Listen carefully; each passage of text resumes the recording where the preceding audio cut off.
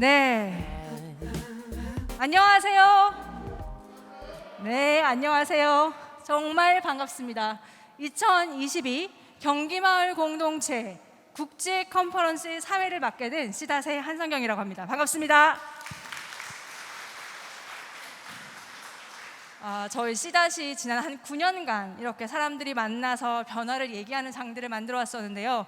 한 3년 동안 여러분도 그러셨죠. 코로나 때문에 이렇게 많은 분들이 모이는 자리를 한 번도 가지지가 못했습니다. 지금 그래서 제가 벅차오르는 것 같은데요. 너무 오랜만에 만났으니까 어떻게 소감을 얘기 안 하고 지나가겠어요, 그죠? 그래서 한번 일어나 보시겠어요? 자리에서 일어나 보실까요? Can you stand up? 네. 그리고 앞에 계신 분, 옆에 계신 분 하고 자기 소개도 잠깐 하시고 오늘의 기대가 무엇인지 한번 이야기해 보면 좋겠습니다. 지금부터 그러면 시간을 드릴 테니까 옆에 분과 함께 인사도 나누시고 오늘의 기대가 무엇인지 이야기해 볼까요?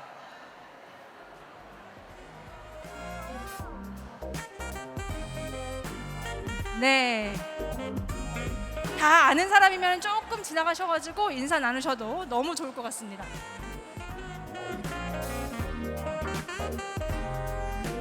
네, 반갑습니다. 네, 너무 오랜만이죠? 네, 네, 네, 반갑습니다. 네, 네.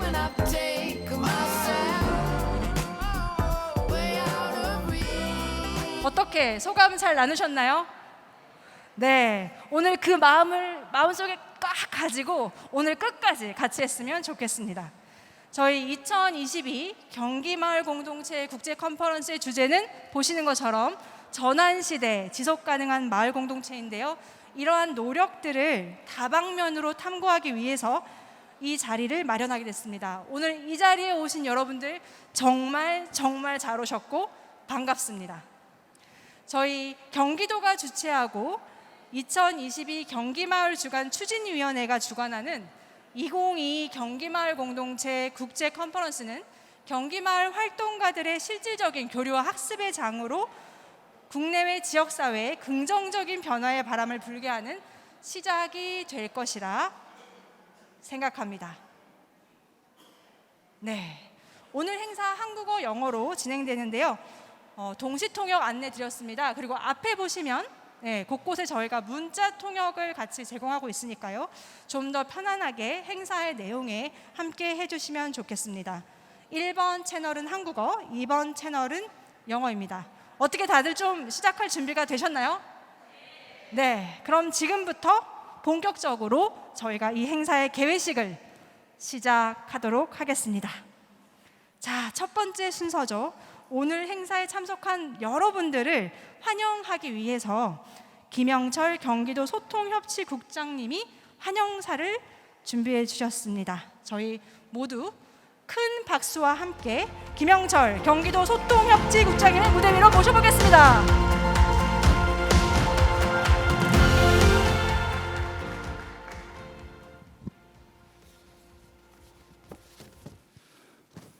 네, 반갑습니다. 경기도 소통협치국장 김영철입니다. 정말 코로나 이후에 이렇게 많은 분들이 모여서 같이 토론하고 이런 건 처음인 것 같네요. 정말 가슴이 뿌듯합니다. 먼저 우리 경기 마을주간 행사의 마지막 날입니다. 경기마을 공동체 국제컨퍼런스에 참여해 주신 경기도 마을공동체 활동가 여러분을 진심으로 환영합니다. 네, 다 같이 좌측의 박수 한번 보내시죠. 아울러 어려운 상황 속에서 이 자리에 참석하신 분들이 있습니다. 영국과 태국과 일본의 공동체 활동가분들도 이 자리에 참여해 주셨어요. 우리와 같은 연대와 우정으로 이제 이 자리에 참여해 주셨는데 이분들께도 크게 박수 부탁드립니다.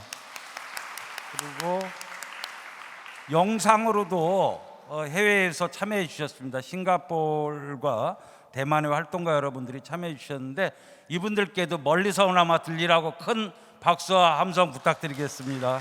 네. 그리고 국내에서는 여러 연구자분들이 마을공동체 연구자분들이 오늘 발제자 토론을 맡아주셨습니다. 우리 서복경 선생님을 비롯한 여러 발제자 토론자 여러분께도 큰 박수 부탁드리겠습니다. 네. 네. 박수 많이 치면 건강해진답니다. 네.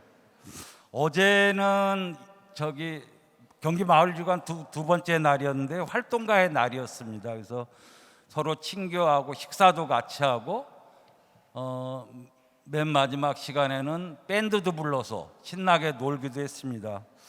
어제 이 중에 한 반 정도는 참여하셨던 것 같은데 어제 활동가의 날에 참여하셨던 분들 손 좀 한번 들어보시죠. 예, 꽤 되시네요. 네. 어제 어때 충분하게 친교와 교제를 나누셨나요? 네. 하여튼 제가 어저께 뒤에서 절 어울리지도 못하면서 뒤에서 보면서 저는 그런 생각을 했습니다. 바닥과 풀뿌리 공동체는 힘이 되게 세구나 이런 생각이 들었고요. 또 하나는 모든 바닥과 풀뿌리 공동체 활동가들은 제 방식대로 놀 줄 안다. 정말 잘 놀더라고요. 어제 보니까요. 그래서 아마 지치지 않고 열심히 잘 생활하고 활동하지 않을까 이런 희망을 보았습니다.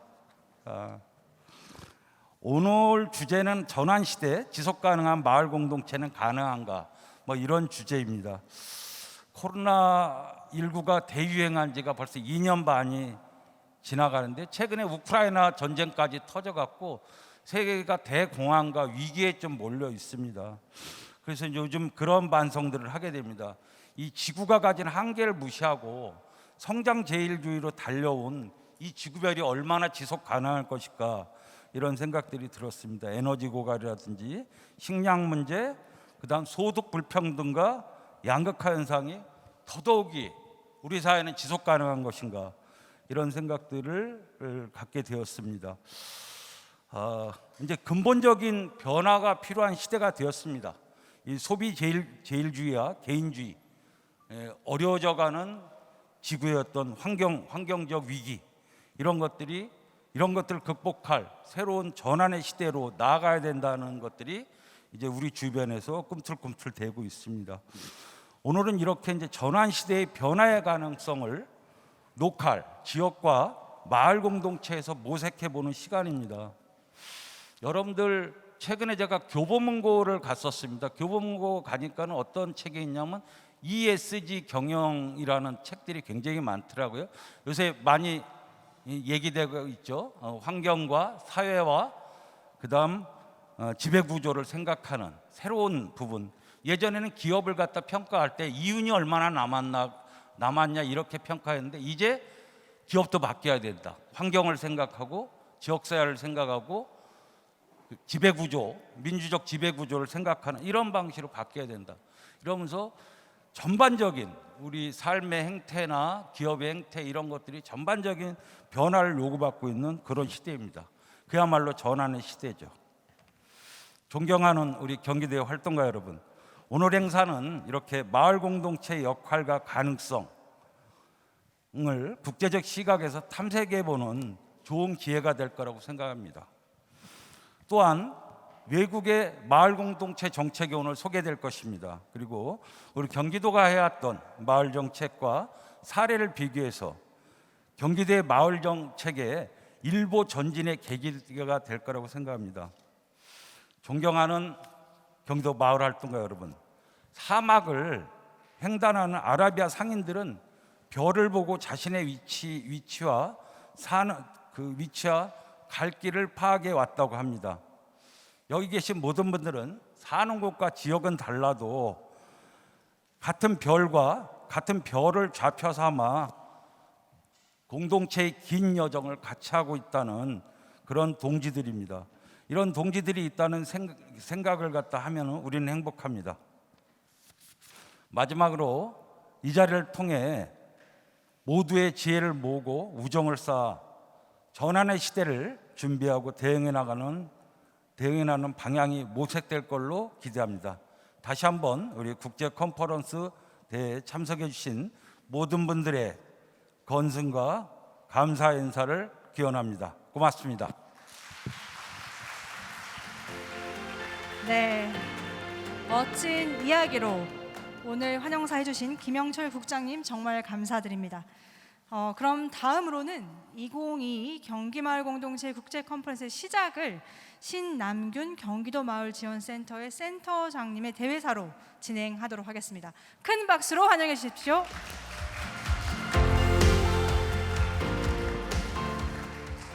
안녕하세요. 방금 소개받은 경기도마을공동체지원센터 센터장 신남규입니다. 반갑습니다.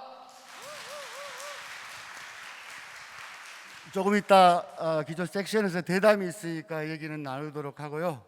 저는 짧게 해야 될 것 같습니다.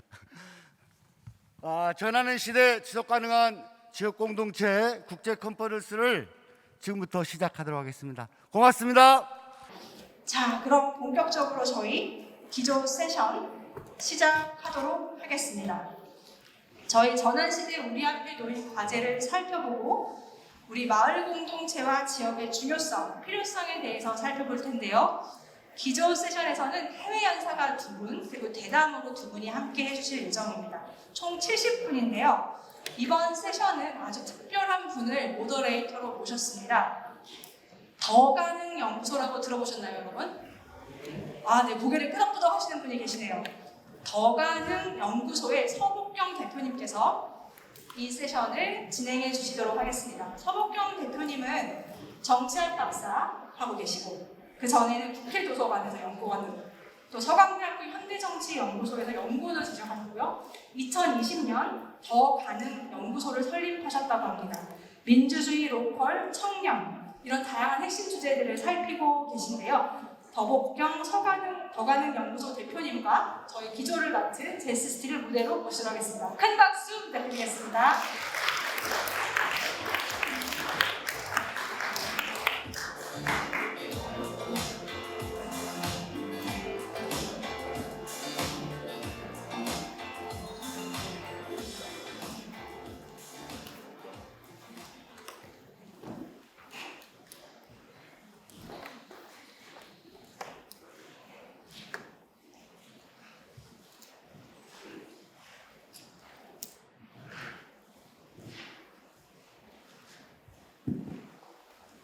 예, 안녕하십니까.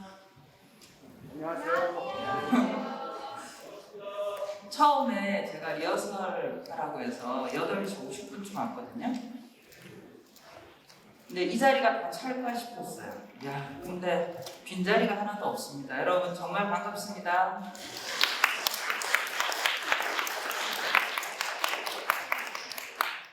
자, 오늘 저희 그 세션의 주제는 전환시대의 마을의 가능성 이런 정도로 잡혀 있는데요. 사실 이 제목을 보면서 2가지 생각이 들었습니다. 하나는 전환시대의 마을이 지속 가능한가 이런 생각도 들고요. 다른 하나는 전환시대이기 때문에 마을이 주도적으로 지속 가능한 지구와 인간을 만들 수 있다라는 2가지 의미로 우리가 해석을 할 수 있을 것 같습니다.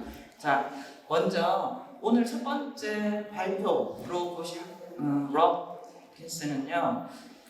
여러분들이 아마 여기 이 자리에 오신 분들은 많이 들으셨을 거예요.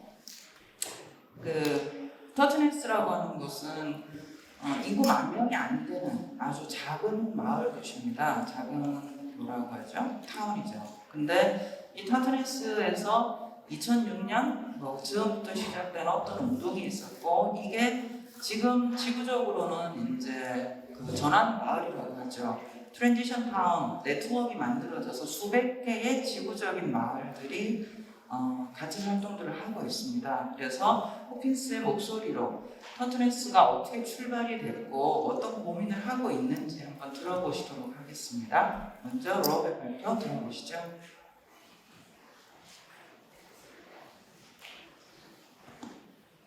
Hello everybody, lovely to see you. This is Rob Hopkins. I'm really sorry I'm not doing this live. It will be 2:30 in the morning UK time, so I'm hoping this will work and be a good contribution to your event. So I'm going to talk about the transition movement and about what we do, and I want to start by just talking a little bit about the climate emergency, because for me, when you really get into the science about climate change, it means much, much more than just we switch to electric cars and we have some more solar panels. It really demands a reimagining of pretty much everything. Our food system, our energy system, our education system, politics, everything. And I feel like we have to see that as an enormous opportunity to do things differently rather than as something terrifying and awful. And as Mariame Kaba says, we live in a system that has been locked into a false sense of inevitability. That our imagination, which should be a muscle like this, has become a muscle like this. And as this research suggests, has been declining since the mid-1990s. And when we're faced with a challenge like climate change, that demands we reimagine everything, we cannot build what we cannot imagine. So our ability to do that is fundamentally important. And as they say at the Institute for the Future in America, any useful statement about the future should at first seem ridiculous. I love that quote so much, because this is really a time when we have to be bold and imaginative in what we're talking about, and our activism has to help people imagine a different future. In the transition movement, we say if we do this on our own, it'll be too little. If we wait for governments, it'll be too late. But if we get together with the people around us, maybe it might just be enough, and it might just be in time. And art like this can really help. This is an artist who draws the future. He says, what would our cities look like if they became the most biodiverse place that they could possibly be? And an image like this, I think, really helps us in our imagination to step into that future. The poet Rilke once said, the future must enter into you a long time before it happens. And art like this can really help. As we take more and more cars out of our cities, what do we do with that space? Maybe we fill them with gardens like this. This is entirely possible and would be so much nicer than the world we live in 2022. So, you're all going to be coming soon to visit us here in Thomas. This is a part of our town. Here we're a town of about 9,000 people, and since 2005 some of us have been running an experiment which we call Transition Town Totnes. And it's something which is about what can we do here now, without waiting for permission for anybody. Of course governments need to do stuff, business needs to do stuff, local governments need to do stuff, but what can we do in the places where we live, as communities with the resources and the passions and the connections that we have. This is Hal in the green t-shirt, who often runs transition tours around our town because many people come to learn more, and he'll probably be showing you around here. What we've been doing really is an experiment for the last 15 years to say, what does it look like if we start this process? And this is now from Totnes, this idea has spread to now 50 countries around the world, thousands of communities who are doing this work. And what I want to do is to share with you some of the themes of that. And we recently did a big study where we went out to all of those groups and said, what are you doing? Tell us what you're doing. And from that we pulled together these characteristics. So I want to tell you stories from around the world, some of them from Thomas, that'll help to give you a deeper sense of what the transition movement looks like in practice. The first one is that we have to engage with the need for change. And this is an event that we ran in Thomas just before COVID, if anyone can remember, so long ago. When we brought together people across our community to say, okay, we've declared a climate emergency, now what do we do? To create a really well-facilitated, imaginative, solutions-focused space for people to say, okay, we should do this, we should do that. If those spaces aren't created by us as communities, they just don't happen. And they unlock so many different things and different possibilities. So as communities, we need to educate ourselves and get up to speed with what's happening in the world. The second one is about co-creating, motivating and imaginative narratives and visions. Because it's the stories that will win this. How do we tell the best stories, the most exciting stories about the future we can create? This is in Tooting in London, a part of London with a very, very busy high street, and nowhere it's like a green space for local people to meet. So people in Tooting identified this place and said, this place should be our place. This should be a green space. At the moment it's full of buses. They just wait there to be called to go somewhere else. So Transition Tooting organised an event they called the Tooting Twirl, One summer's day in July, they crowdfunded some money. For one day, they made all the buses go away, and for that day, they turned that space into what it would be like if it already was a green space for local people. They filled it with flowers and carnival and coffee and conversation. They put real grass down on the ground. Those are my feet enjoying the green grass of Tooting. And I spent the whole day there. It was so interesting. As the day went on, the conversation changed from, well, if this was our village green, to when this is our village green. So when you create these kind of what-if stories, when you open up people with a good imagination-based question, it helps people to almost step into what that future would be like. And it's such important and powerful work for us to be doing. The third one is about connecting and caring. We're living in a society where sociologists tell us we have an epidemic of loneliness. We see a rise in isolation and depression, and governments cutting the money that goes towards care. And care being more and more something done by private companies rather than communities. So this is in Hungary, where Tradition Week took over this building and turned it into a community place for people to meet. And during COVID, it was really important for people keeping the community organized.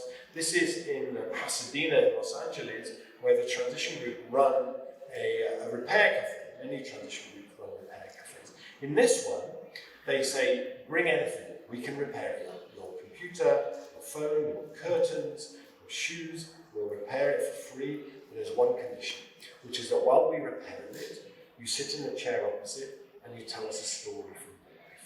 So what are they really repairing in the Pasadena Repair Cafe?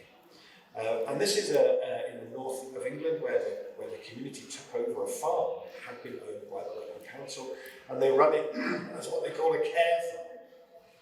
So they run it as a place that provides many services that provide care within that community, but in the context of a farm that grows food, teaches people how to cook, and we need a lot more of this kind of thing.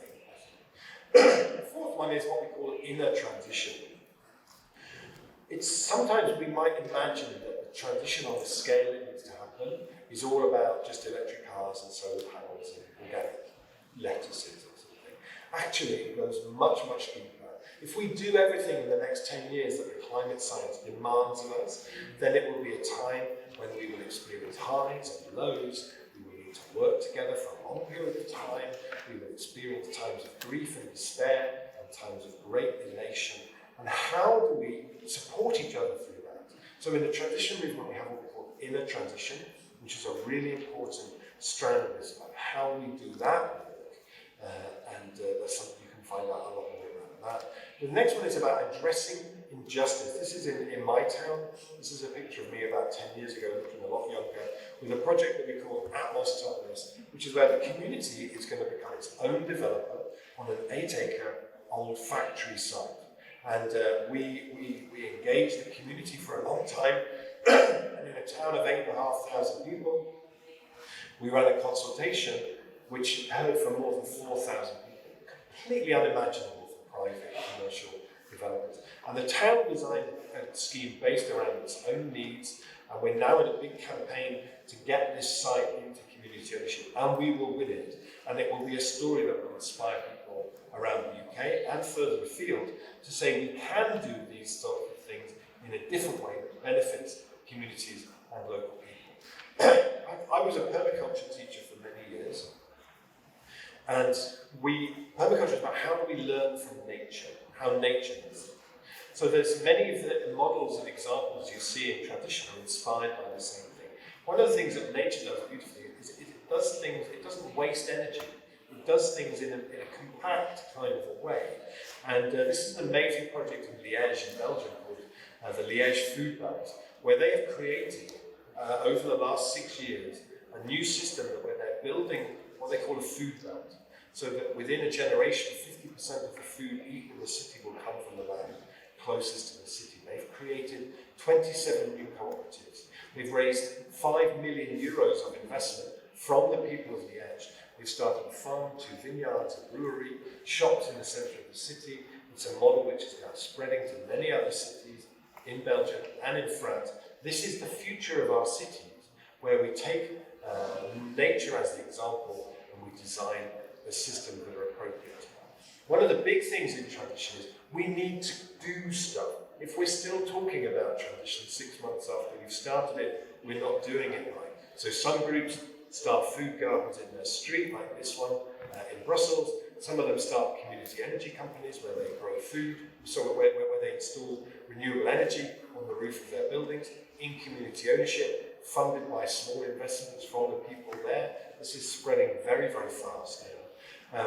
When you have a movement like transition, when one place comes up with a good idea, it can spread. This is an idea called Transition Streets, which started here in Totnes, where you form groups of neighbours on the street and you meet 6 or 7 times. You talk about water one week, energy the next week. And it's very effective at helping people to reduce their energy use and build community and feel like they're more connected to their neighbours. It's a beautiful thing. And it started in my town, but actually it's now spread. There's an American version, a Belgian version. This is communities in Australia who are running their own version of Transition Streets. When we build these networks, we can share ideas very fast through them. This is about broadening and deepening participation, that we have to make this something relevant to the diversity of the communities where we live. In Tooting in London, they do events where they go to and work with all the different religious groups and organisations in their community. And one of the things they created is this fascinating map of relationship, how transition spreads through relationship. It's not a linear process. It's like you inoculate your community with a kind of mushroom culture, and it spreads under the surface. And sometimes you can see it, and sometimes you can't. But that building of patient relationships over time is something that we can only do as communities. You can't do that from central government coming in with an iPad to try and tell everybody what to do. And the last one is that we need to build networks and alliances and work together in a really smart way. And so we have a project called Municipalities in Transition, who's working all across Europe to connect bottom-up community groups with local government to say how can this work together so much better and so much more skillfully. We see projects like this, community energy companies like this one in England, which has raised £15 million of investment from local people. And some of that money has come from local government who see it as a good way to invest. We need to bring together and find ways for all these different parts of the solution to work together more skillfully. And one of the things that you'll hear about when you come to Totnes, which we're looking forward to very much, is that until recently we had a local currency called the Totnes pound. The idea of the Totnes pound was to have a local currency that could only be circulated locally. So money would stay locally, so that local currency cannot gather in tax havens in the Cayman Islands. It can only stay locally. We had a £21. People would come to visit Totnes and say, "Why have you got £21 notes?" And we would say, "Why not? We can do whatever we like." And there was a beautiful message in there about actually we can do what we like. And this note featured in a film that was shown all over France called Tomorrow, and it led to many, many other places doing local currencies with this same idea. So I visit towns in France who have a 13 note or a 49 note. There's even one city in Belgium has a 0 note, just because they thought that would be fun and that people could give them to each other as presents to say thank you. So transition is something which is very playful, very imaginative, but also a very serious part of how do we tackle the climate emergency in a way that currently we're failing to do, in a way that really engages people. Because unless it feels like we move towards something irresistible and fantastic and delicious, then we're not going to do it. So thank you for your attention. I hope this has been a useful contribution. If you want to find out more, there's some links here to my own blog, to the transition movement. I do a podcast series called From What If to What Next, which you might enjoy. Enjoy the rest of your summer. I hope this has been useful. And thanks so much for inviting me.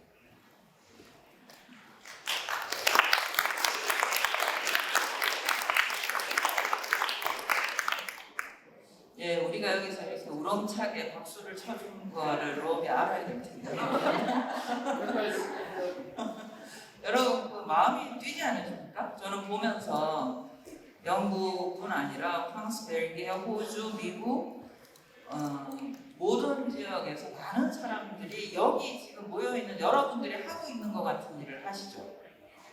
여러분들 지역화폐 활동도 하시잖아요.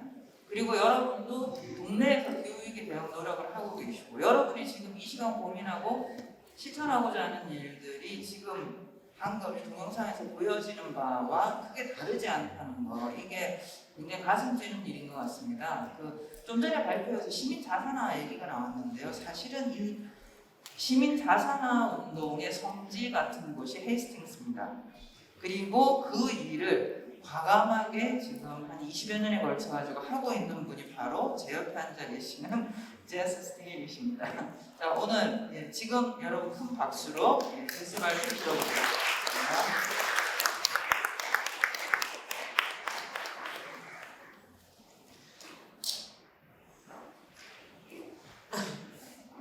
안녕하세요.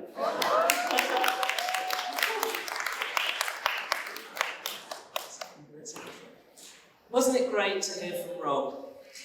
He is such a hero.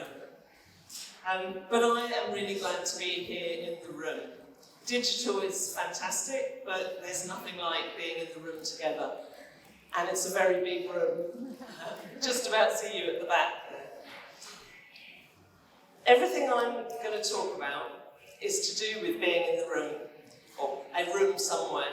It's to do with sociability. It's to do with people being together, making their futures together, and what I call darning the social fabric, sewing society back together. I'm going to tell you a little bit about my background. I've been an independent community activist pretty much all my adult life. First in South East London, and then in Hastings on the south coast, due south of London. I've set up more than 20 local community businesses, from newspapers to children's nurseries. I'm particularly interested in the regeneration programs that governments impose on local areas. I call myself an independent regen watcher. I watch what they do to us. Alongside the local activity, I've worked for national organisations like the British Urban Regeneration Association, and also for locality, where I was Director of Innovation. And that included leading the £22 million National Community Organisers Programme that was funded by the Conservative-led government after 2011, which was not something we had expected. My own company, Jericho Road Solutions, supports ambitious community groups across England to take on challenging projects. I provide neighbourhood coaching to help them navigate their way through the challenges. I'm also a trustee of the national charity Power to Change, which funds community businesses and champions them as a part of the big solution to some of the challenges that Rob was talking about. And there are 11,000 community businesses in England and growing. So my approach is rooted in a deep affinity for place. Place as both physical and social landscape, made up of all the people in it at that moment, what they inherit, what they will leave behind, whether and how they will work together to achieve positive change in the face of dominant ownership and regeneration models that actively work against the common social good. I'm going to tell you about my grassroots work in Hastings over the last 16 years, in the hope that there are some lessons there, or at least some inspiration that you might draw from it. It is a completely different context, but I'll describe it and then try and draw out a few thoughts that might connect us. So here's the simplest version I can describe of the Hastings Commons. It's grown over time. It came from the rescue of Hastings Pier, which was owned by an offshore company called Ravenclaw. Anyone who's read Harry Potter, you'll know that Ravenclaw is a great villain, and they were a villain. they had left it to rot. We saved the pier in the end through community action. But that's not the story I'm going to tell you. I'm going to tell you about what happened next, because the pier wasn't the only piece of dereliction in the neighbourhood. Not far away was the remains of previous industries, in this case the print industry and the journalism industry. So this was a factory for the Hastings Observer newspaper. It closed down in 1985. Lots of community energy went into saving the building from demolition. There were 13 owners after it closed between 1985 and 2019. And all of them, except one, made money on it without doing a single repair. This is part of the problem that we face, is that property is held in ways that are destructive of neighbourhoods. We wanted to provide the answer, the thing that would break that cycle. At the same time, we were worried about rents rising, about gentrification, that would push people out of Hastings and make it a less interesting, less diverse, less important place. The dereliction was very serious. You can see from that slide. So we were not able to buy the big building initially. Instead, we bought the one next door, a 9-storey office block. And we bought it empty. You can see it there in red, 9 floors of empty dereliction. And we started to learn how to do organic phased development. That was the phrase we used later to describe our learning, our trial and error, to make this progress all the way through. Starting with nothing and growing slowly, involving people all the way, learning how to do it. We created 6 affordable flats and more than 40 spaces for small local businesses. But while we were doing this, we knew we needed to spread the impact. We couldn't solve gentrification, we certainly couldn't do it with one building. We had a series of conversations locally about, was gentrification happening? If it was it a problem? And was there anything we could do about it? And we agreed that yes, it was happening, it was a problem, and there was only one possible solution, was to try to buy property, to bring property into community ownership so that we could cap the rents forever, and there would always be affordable places to live and work. Over the years, we became more confident, and these are the buildings that we now own. So there's 8,000 square metres. It's a lot of space, most of it derelict, all very connected, all very close together. Alongside the capped rent flats and workspaces, there are lots of free spaces. I think here's a picture of our public living room. We took over an old furniture shop that had closed down and chose, instead of turning it into a community cafe or a shop, we chose to turn it into space that was completely free, non-transactional. We were lucky that it had been a furniture shop. We bought the sofas along with the shop. And so we had sofas and carpets and cushions, and it's a very well-used space. Our vision for this space is to use the power of ownership to create environments in which people can enhance their lives, shape their neighbourhoods, look out for each other, and to do that forever. So our interest is what we used to call community self-management when we started, and we now call it commoning. It's people working together for the common good.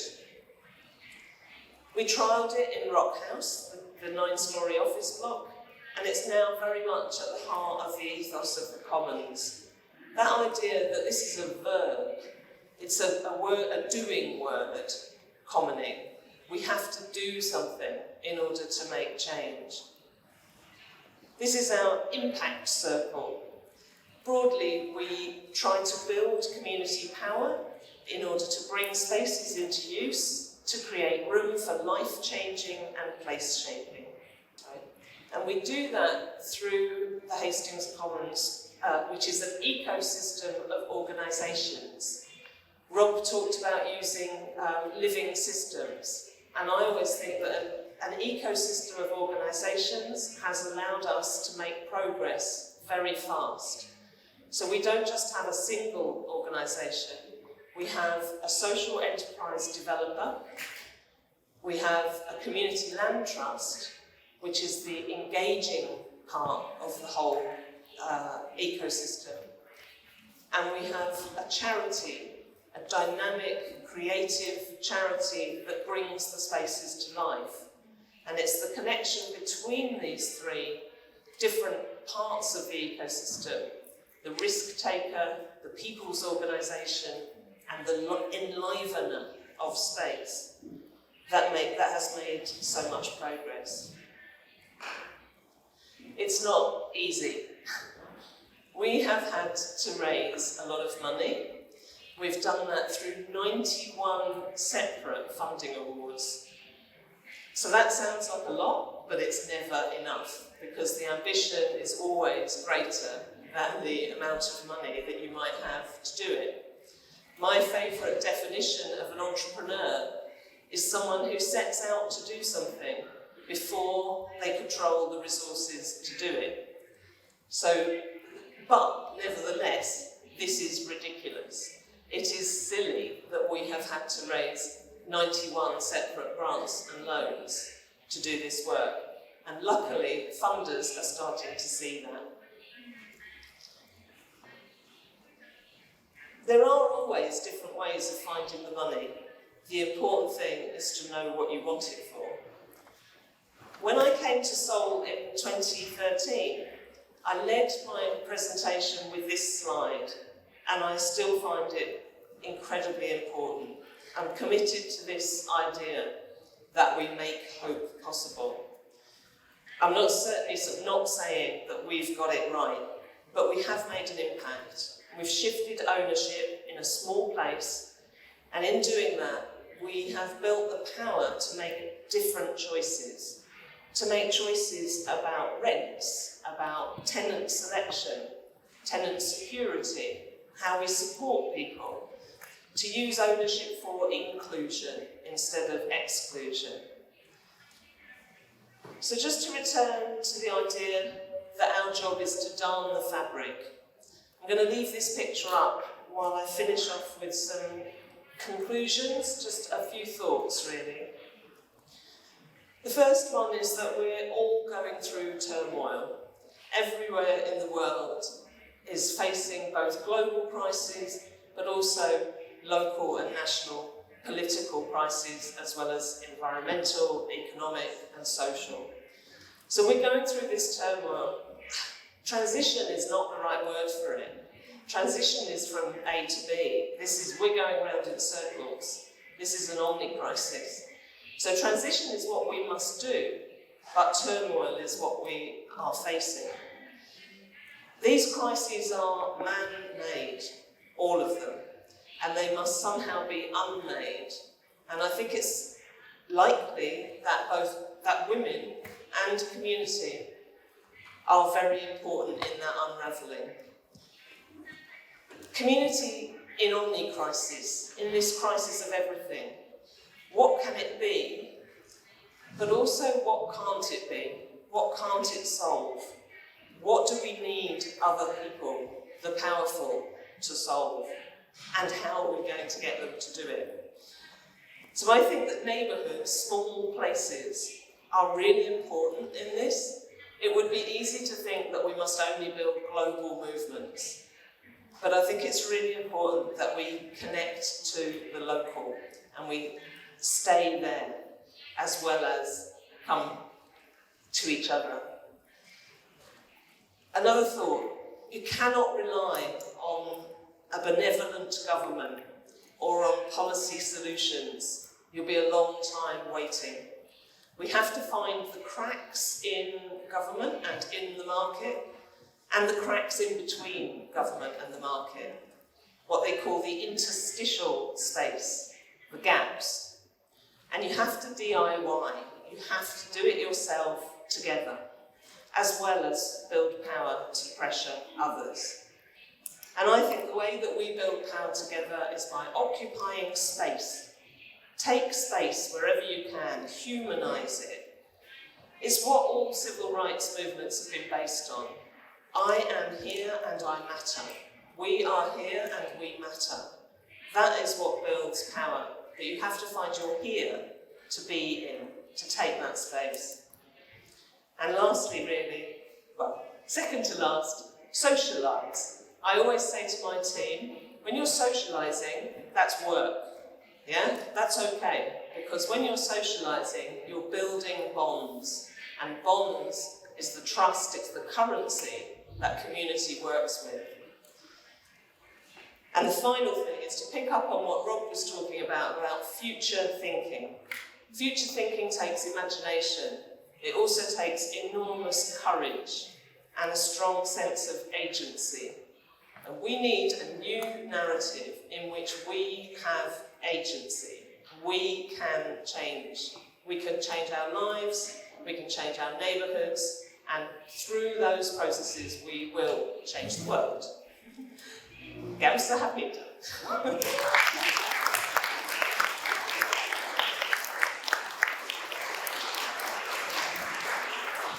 네, 여러분 정말 대단하지 않으십니까? 16년 동안 91개의 펀딩을 하셨다고 합니다. 여기 모여있는 여러분들도 우리 각자가 지금부터 하면 10년 후에 여기 있는 제스 스틸씨처럼 될 수 있지 않겠습니까? 예, 좋은 말 해주셨습니다. 다시 너무 부탁드리겠습니다.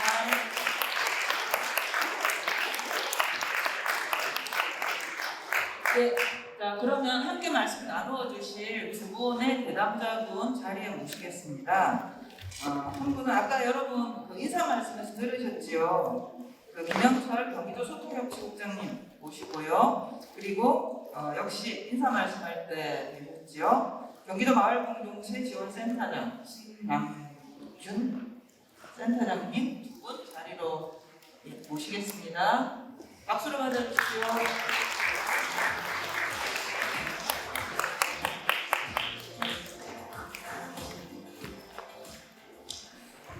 예, 이제부터는 이제 방금 여러분이 들으셨던 그 롭 허킨스 씨와 제스 스틸 씨한테 들었던 내용을 토대로 해서 경기도 마을이나 아니면 우리가 지구적으로 함께 안고 있는 어려움 이런 문제에 대해서 얘기를 같이 한번 나눠보도록 하겠습니다. 자, 플로어에 먼저 올라오셨으니까요. 제스께서 잠깐 한숨 돌리시고 네. 그 다음에 먼저 저 국장님한테 여쭤볼까요? 이게 이제 공통적으로 여쭤보라고 했는데 특히 코로나 이후에 마을이 더 심각하게 닥치고 있는 어려움 또는 마을의 역할 이런 게 있다면 어떤 게 있을까요? 하여튼 먼저 이 발제를 들은 소감부터 말씀드릴게요. 존 호킨스 선생님 발제와 제스 스틸 발제 잘 들었고요. 하여튼 결론적으로 이렇게 말씀하시면서 리더십의 문제를 얘기하고 우리 참 마을에서 이런 얘기는 잘 안 해봤는데 상상력도 필요하죠. 용기도 필요하다. 91개 펀딩을 하면서 과제들을 생각하면서 상상력 외에도 용기도 필요하다. 이런 감명을 받았습니다. 하여튼 경기도에서도 이제 마을공동체 사업들을 계속 한 주에 한 것도 아니고 계속 좀 진행을 하고 있습니다. 2015년서부터 지금까지 이렇게 하고 있는데 이 마을 공동체 운동은 우리가 이제 이 도의 어떤 그 도의 정책이기도 하지만 사실 민간에서 오래전부터 있었던 겁니다. 사실 민간에서 오래전부터 있었던 거고 이런 것들이 필요에 의해서 관이 이제 민간의 어떤 제안을 받아서 제도화시킨 그런 부분인데 코로나 이후에 이런 것들이 더 이제 좀 중요하게 판단되고 있는 거죠. 예를 들어 제가 살고 있는 아파트가 790세대 정도 되는 아파트인데요. 그 안에 이제 요양원이 있습니다. 요양원에 이제 경로당이 있는데 이 경로당에 제가 경로당에 자주 갔었습니다. 그 전에 뭐 여름, 가을로 이렇게 이제 때때로 이렇게 갔었는데 지금은 가지를 못합니다. 그러니까 3년 동안 노인정이 문이 잠겨 있죠. 근데 어르신들이 어디서 지는지 잘 모르겠어요. 사실. 그리고 그 동안에 많은 분들이 돌아가셨을 거라는 생각이 듭니다. 실제로. 그래서 이런 어떤 돌봄의 문제, 코로나 시기에 굉장히 심각한 거예요. 어르신들 어디서 지내는지 한번 생각해 보셨어요? 코로나 때 경로당한다고 본다고 어딘가 배를 하고 있거나 방 안에서 굉장히 이렇게 혼자 계시거나 뭐 이랬을 거라는 생각이 듭니다. 이런 돌봄의 문제에서부터 생각해서 여러 가지 문제들이 좀 있을 것 같고요. 하여튼 주변의 이웃들을 생각하는 어떤 공동체 의식의 회복이나 자치와 그리고 이런 어떤 모든 문제를 관중식으로 풀어내는 게 아니라 민간과 협력해서 같이 풀어나간다는 그런 어떤 자치와 협치의 어떤 강화라는 이런 것들이 매우 중요하지 않을까 이런 생각들이 듭니다. 그래서 또 어쨌든 이 마을 활동의 코로나 이후에 취약계층이 계속 늘어나고 그런 게 또 현실화되고 있고 이런 부분들이 존재하기 때문에 다양한 마을 활동을 통해서 지역의 연대를 강화하는 역할을 공동체가 좀 해야 된다 이렇게 좀 말씀드리겠습니다. 예, 말씀 감사합니다. 이 코로나 이후 얘기를 듣는 과정에서요, 지금 제스 스틸 씨의 발표를 듣고 플로어 질문이 쏟아지고 있습니다. 그래서 지금 이거 중간에 하나는 여쭤봐야 될 것 같은데요. 한 이제 다 너무 많아서 다 할 수가 없고요. 일단은 두 가지만 제스가 답변을 좀 해주시겠으면 하는 게 아마 여기 플로어에서 이 자산화 활동을 보시면서 충격받은 분들이 꽤 있는 것 같습니다.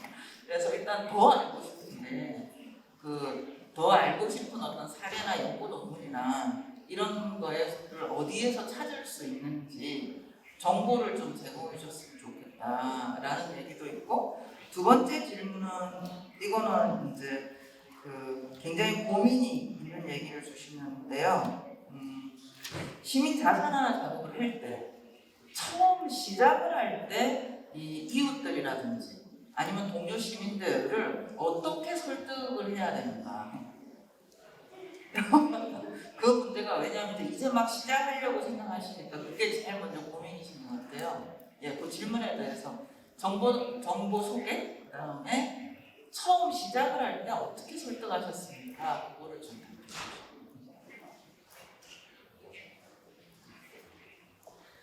Okay, so in terms of where you can find out information, I have just finished my own PhD, so you can read my 100,000 word thesis if you want. Or the Hastings Commons website, which is not very well developed yet because we're working at speed with the buildings, but the website is coming on. So if you go to hastingscommons.com, it will improve. There will be more information within the coming weeks and months. In terms of how we engage residents, so there's two different answers to this. I used to run the Community Organisers Programme, so engaging residents in any community is about listening. It's about systematically having one-to-one conversations with many, many people.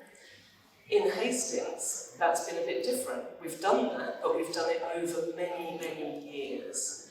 So I have been in Hastings since 2004, and the pier closed in 2006, and ever since the pier closed, I and many hundreds of people have been talking to residents. So it's not one consultation. You send a survey, people fill the questions, they send them back. It's long-term visibility, being in the place for a very long time. You absorb what people care about. But the important questions to ask are those: what do you love? What do you care about? What makes you proud and happy? And also what makes you angry and sad and frustrated and want to make change? Because it's those emotional questions, love, hate, dreams, passion. These are the things that drive us as humans. We are not kind of bits of paper, we're not statistics, we care. And it's because we care that we can make change. And until you find out what people care about, you can't work with them to make change. So I'd say long-term visibility, and that's why community matters. That's why community activists are so important, because you are rooted in your place, listening over and over again. And that's what will get you eventually to have a shared vision and to take action towards that. That's what happened for us. 네, 말씀 감사드립니다.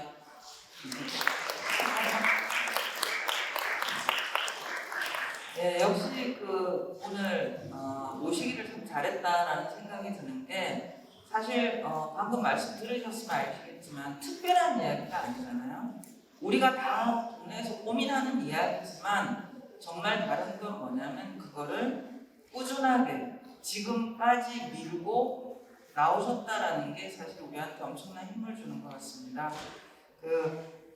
이번에는 다시 한번 국장님한테 여쭤봐야 될 것 같은데요. 그러니까 이제 지금은 우리가 제스의 얘기를 들었다라면 경기도가 마을 공동체와 함께 여태까지 해온 바 또 소개를 좀 해야 될 것 같습니다. 그래서 경기도가 어떻게 해왔는가 마을 공동체 사업 소개를 한번 해주시죠. 네. 제스 스틸이 이제 지역자산화 사업에 대해서 설명을 좀 해주셨는데, 저희 경기도에서도 그런 일들이 좀 일부 이루어지고 있었습니다. 이게 기존 이제 금융권을 통한 이제 은행 융자를 통해서 지역자산화 사업을 하는 이런 과정들이 있었는데, 협동조합이나 사회적 기업에 이제 융자를 해주는 거죠. 그래서 몇 건이 있었는데, 또 이게 하다 보니까 형평성의 문제들이 얘기가 됐던 거예요. 이게 또 하나의 특혜 아니냐. 이러면서 이제 지금도 한 1년 정도 중단돼 있는데 다시 이 얘기가 나옵니다. 부동산가격이 이제 앙등되고 젠트리피케이션이 실제적으로 나타나기 때문에. 그래서 그런 사례도 있다. 만사리 의료생협 같은 게 이제 대표적으로 어떤 지역자산화 사업을 해서 자기 건물을 사고 지역 주민들 고용하고 이런 과정들이 있고, 참 모범적인 어떤 사례로서 되는 것 같습니다. 그렇게 좀 말씀드리고요. 경기도는 이제 마을 공동체 이런 활동들이 민간에서 먼저 좀 이루어졌고요. 이런 것들이 활성화되다 보니까 2012년에 이제 관련 조례들을 제정을 했습니다. 그리고 2015년에는 여러분들 다들 아실지 모르겠는데 따복 공동체라고 있습니다. 따뜻하고 복된 공동체. 기억을 하시겠지만은 사회적 경제학과 마을 공동체를 합쳐서 같이 좀 했던 그런 어떤 중간 지원 정책을 운영을 했었고요. 31개 시군당의 기초 지자체에 대해서 재정 지원을 좀 했습니다. 그래서 이제 대표적인 마을 공동체 지원 사례 여러 가지 이제 공모 사업도 있었고요. 그다음에 공지활이라고 공동체 지원 활동과 제도를 통해서 인건비 지원도 일부 좀 하고 있었습니다. 그렇게 좀 해서 지역과 이제 관계 맺고, 또 이제 재미난 어떤 특성 중에 하나는 청년들, 마을에서 활동하는 청년들이라든지 마을에서 또 공동육아, 일정 공간을 이용한 공동육아 이런 아이돌 공동체 이런 것들을 갖다 경기도에서 70개 정도를 갖다 운영하고 있습니다. 마을 주민들이 스스로 하는 거죠. 그런 일들을 좀 하고 있었고요. 구체적으로는 민선책이 2019년서부터는 이 따곡 공동체 형태로 운영되던 걸 마을공동체 영역과 사회적경제지원센터 이 두 영역으로 나누게 된 거죠. 그래서 이제 지원을 갖다 지금 더 강화하고 있고요. 그런 상태에 있습니다. 지금은 이제 민선 8기가 됐는데 민선 8기에도 마찬가지로 주민자치 영역과 공동체 영역을 적극적으로 지원하겠다는 게 민선 8기 우리 김동연 지사님의 확고한 공약이라고 이렇게 말씀드릴 수 있겠습니다. 그리고 소통력 지구 외에도요, 다른 실구에서도 공동체 영역들에 여러 가지 지원들을 하고 있습니다. 여러분들 좀 다들 아시죠? 자원순환 관련한 그런 예산, 환경국에서 지원을 하고 있고요. 그런 일들이 좀 여러 가지로 있습니다. 네, 이렇게 좀 말씀드리겠습니다. 예, 말씀 감사드립니다. 이 경기도가 쌓아온 게 훨씬 그 넓은 이제 많은 축적물들이 있는데 지금 국장님이 그 중에서 그 선별해서 소개하시느라고 짧은 시간에 하시느라고 애를 쓰신 것 같습니다. 이번에 이어서 그 신남준 센터장님께도 보면 우리 센터장님이 제가 몇 번 뵀는데 하고 싶은 게 굉장히 많으시고 아이디어도 되게 많으신데 그 센터가 함께 하고 싶은 경기도 마을공동체에 대한 비전, 미래 이런 얘기를 좀 소개해 주시죠. 네. 아니 먼저 오늘 발표해 주신 분들이 영감들을 많이 주신 것 같아요. 상상을 좀 많이 해야 될 것 같고 더 상상해야 될 것 같습니다. 그리고 우리 스팀께서 말씀해 주신 사실 힘을 키워야 되는 부분인데 그 힘의 근원은 지역 자산, 공간 이런 부분을 말씀해 주셨어요.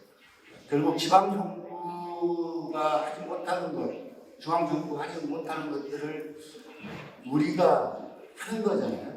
그렇게 하려면 그런 힘이 있어야 되고 연결을 해야 된다 이런 부분인 것 같습니다. 사실 오늘 많은 분들이 와주셨고 또 경기도 외에서도 오신 것 같은데 경기도 마을공동체 지원센터가 좀 추진하고자 하는 방향에 대해서 간단하게 말씀을 드리면 저희는 내부적으로 센터의 비전을 연대와 협력으로 협력의 자치공동체 그리고 마을의 분리를 보장하는 지원의 혁신 이런 키워드를 잡았습니다.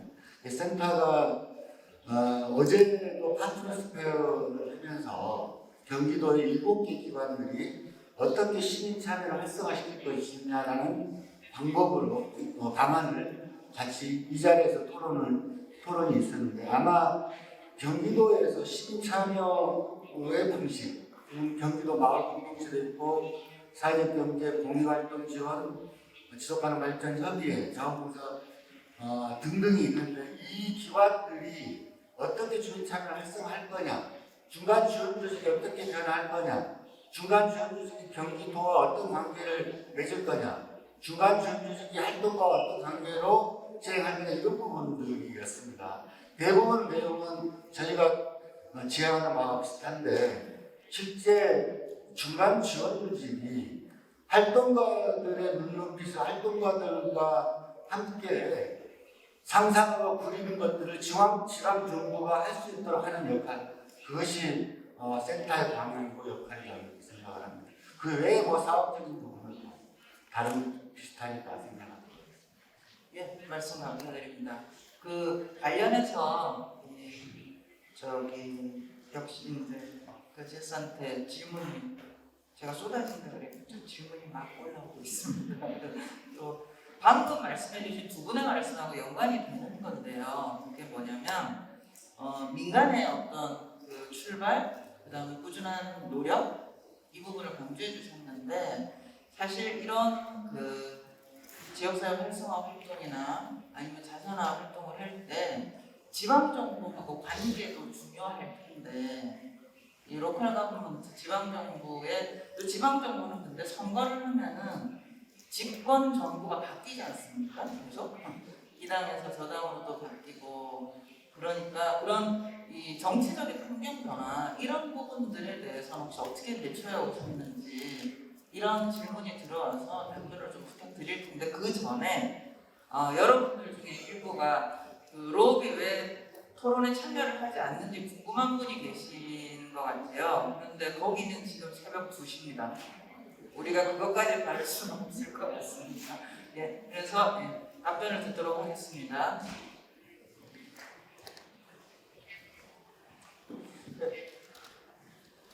Okay, it's quite difficult to talk about local government because it's so different.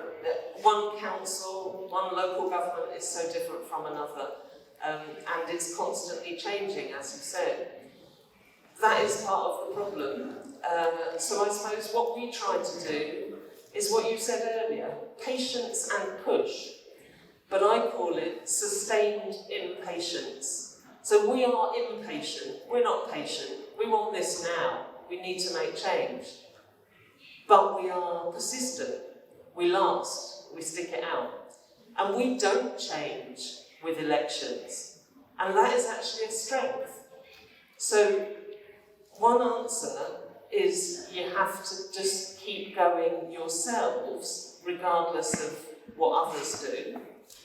And then you have to understand what others are doing. So it's really important that community organisations understand how government works, obviously in your own context. But we don't have good political education in the UK. Most children don't grow up understanding how government works at any level. So I think it's really important for us to spend time in communities, making sure we know how it all works, where power lies, who makes decisions, what the rules are that allow you to engage with that. So I personally would say you are doing a more important job by doing your community work than by spending all your time fighting party political battles, but you need to know what they're doing. In general, the biggest point is you need to build allies. We all need allies in government, wherever we can find them. And even in the worst of governments, there are allies somewhere. I grew up under Margaret Thatcher, but there were still good people in the Department of Environment who kept the faith and kept things going for local communities. So even in the worst times, look for the best people. 감사합니다.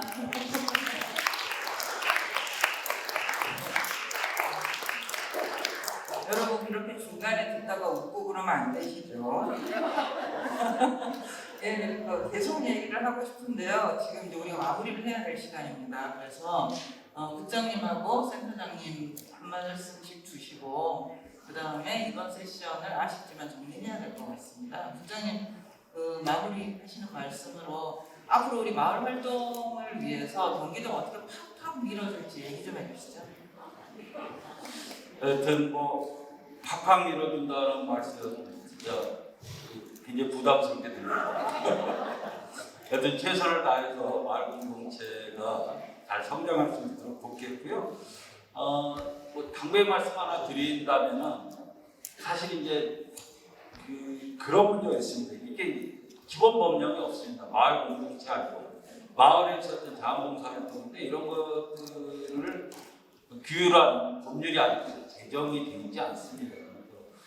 공동체 활성화 기본법 이런 법률이 지금 대기 중인 걸로 알고 있는데 이런 것들이 통과돼야 돼요. 여러분들이 활동의 어떤 법적 보호도 받을 수 있고 여러분들이 어떤 활동의 어떤 경력 이런 것들도 또 인정받을 수 있는 체계가 되지 않을까 이런 생각들이 듭니다. 실제로 그런 생각이 있고요. 오늘 제스 스틸을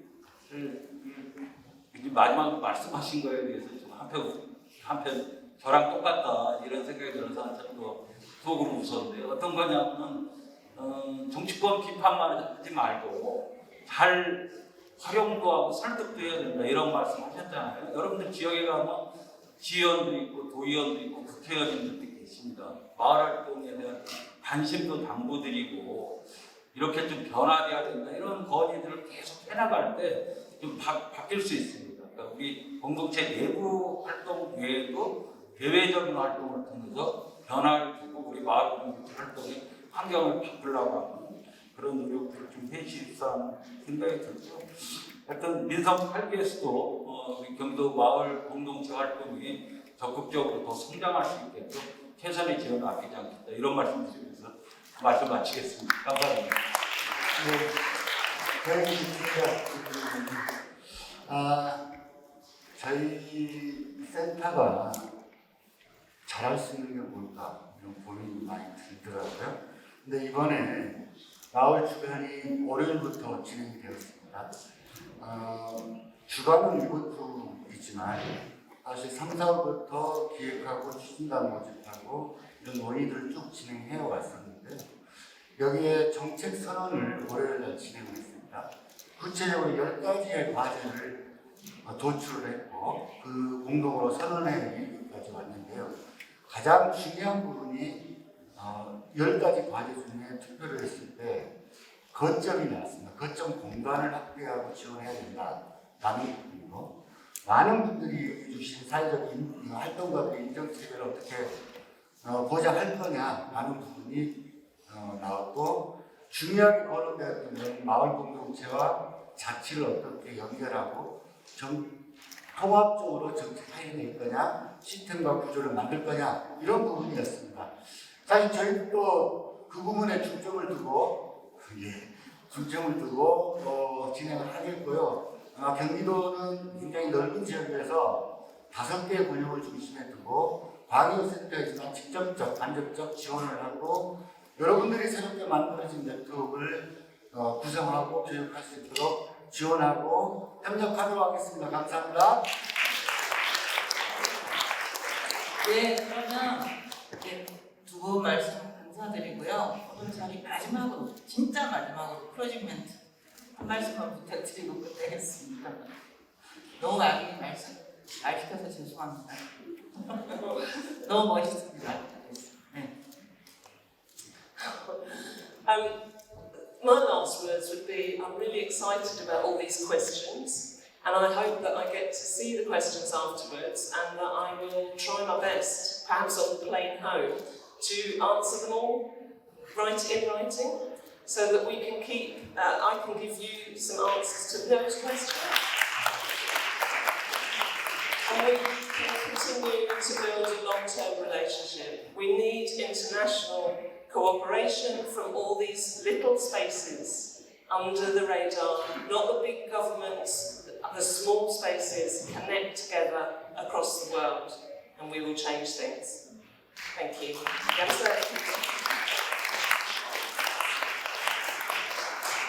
예, 이상으로 아쉬운 시간 마치도록 하겠습니다. 여러분 모두 수고하셨습니다.